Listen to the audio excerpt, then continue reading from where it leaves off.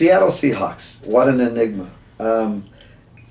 I have you coming in last in your division, and it's not so much as that you're so horrible.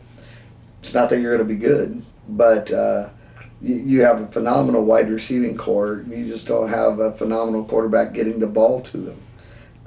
We'll see. Who knows what's going to happen in the near future, but right now, as of this date, it's going to be hard to have those guys get the ball in their hands. Now, Rashad Penny, I hope he continues on his success from last year. If he does, he'll be a very, very good player for fantasy football people, but also he'll help your team actually survive the regression that it's going to experience without Russell Wilson.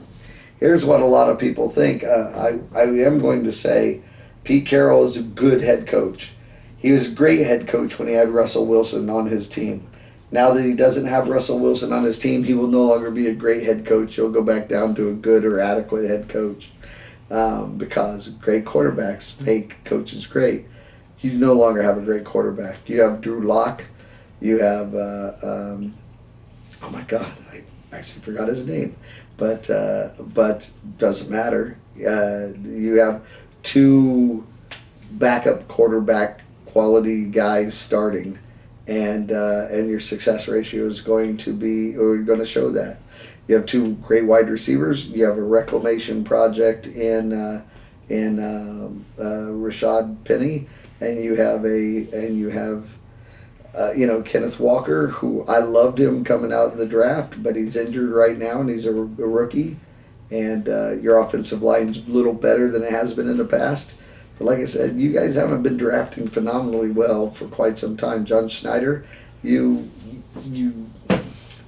drafts have left something to be desired for quite some time. Your best draft, maybe your very best draft, is when you two both took over for the Seattle Seahawks. You came in, you shook things up, you drafted intelligently, and yeah, you reached for some players, but you put together a very good team. But you've been living off of the ghosts of your past for quite some time. Seattle, you're going to suck this year, and here's how.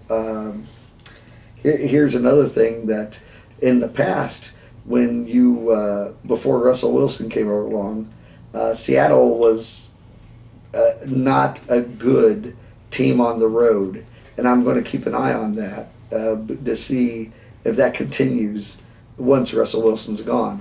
Because once Russell Wilson was there, you guys became very competitive on the road and won a lot of road games. I want to see, are you going to regress back to the team before Russell Wilson got there and just lose most of your away games? I'm fascinated. But like I said, be prepared for having a top 10 draft choice next year, because that's what you're looking at. And honestly, Tyler Lockett, you should have traded him just because he deserves to be on a potentially winning team. And having him play out a year on a team that's not going to win, it's selfish. It's selfish. Get some draft choices. Let him go pursue a winning season. Trade him to a team that's got a chance, because you don't have one.